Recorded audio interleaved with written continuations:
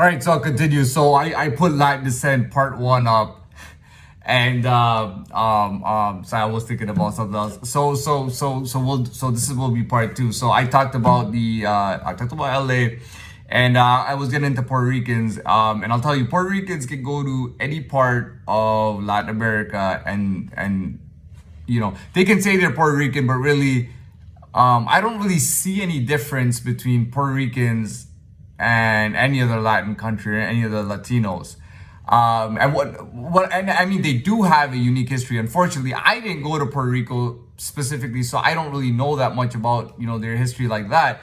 But I know that in New York, they just consider themselves Latin. They will say Puerto Rican sometimes, but they consider themselves Latin. Okay. What else can I say? So the thing in LA is that they know. The history is so deep, like they know about the Aztec history. Like California was like, they know that California and Mexico, like that was Aztec land, and Aztecs was one of the most defined and supposed to be one of the most powerful warrior-like races. Warrior-like tribes in Latin America, right? So because of that, they're very proud of Aztec culture. I think they have specific animals and stuff that they use all the time. But I can't remember all of that right now. And anyways, they got a very rich history. But and I haven't been to Puerto Rico, so I don't know like that home history. I mean, in New York City, Puerto Ricans, again, they're just proud to be. They just call everyone Hispanic there. You know what I mean? Like all the Latinos in New York just pretty much are called Hispanics. Or Latino. So that's typically that's what I know about Puerto Rico.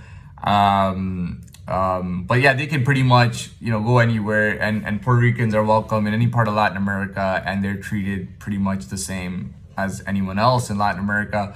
And finally, I'll talk about Colombia. I'm not gonna talk about Cuba right now.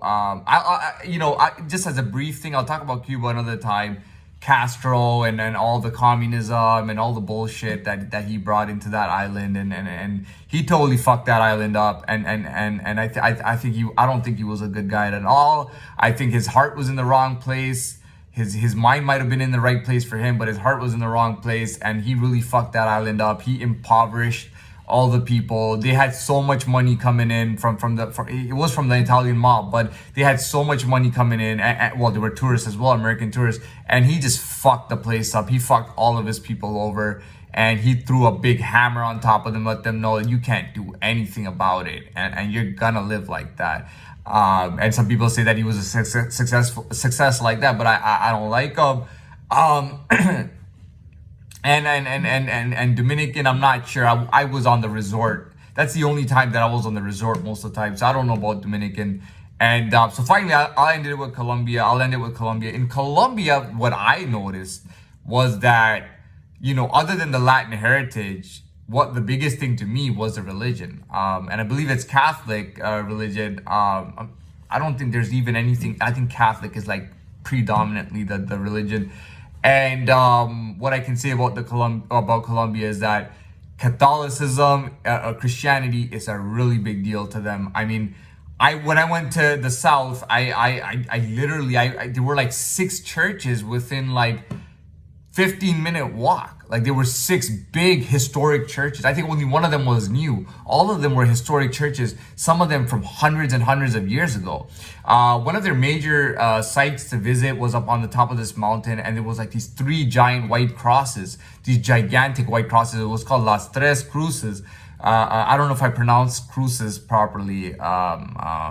Maybe I didn't even pronounce right, but anyways, that's what it was called.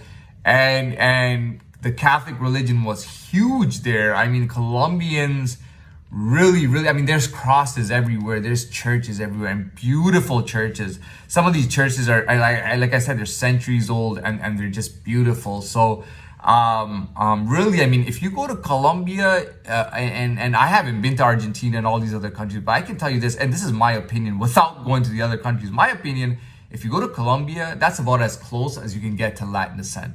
The fact that these conquistadors lived there, died there, had children there, and their faces live on till today. You can see it on the people, as well as indigenous, or indigenous means like the people of the land originally who were there, prior to that. You see their faces everywhere. You see, and it's a really cool thing. You see the Latin people's faces there till today, and you see the Latinos and everything, and really, I feel like it's strange because I know that Spain has modernized. Now, I've never been to Spain, so I'm not going to comment, but I know that Spain is very modern today. Madrid, and I know they got big soccer teams. They got a lot of stuff going on.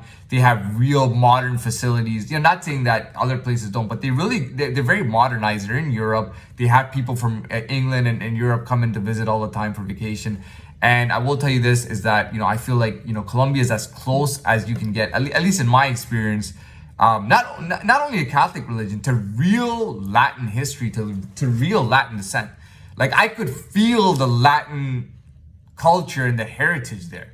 You know what I mean? Like I really experienced it. That was the biggest life-changing trip of my life, and it really I really, I feel like I understood those original Latin conquistadors that went there. Not only did they bring their history with them, they never lost it. They kept that history till today. That Latin descent and that history of the conquistadors is there till today. You know what I mean? To this day. And I mean, I'm not trying to be a big fart about it, and I know that people sometimes mean, well, even when they do stuff like that, and I'm always seen as a bad guy for being a bit of a hygiene kind of freak. Some people say I'm not hygienic. I go, well, go smell me. Where am I not hygienic?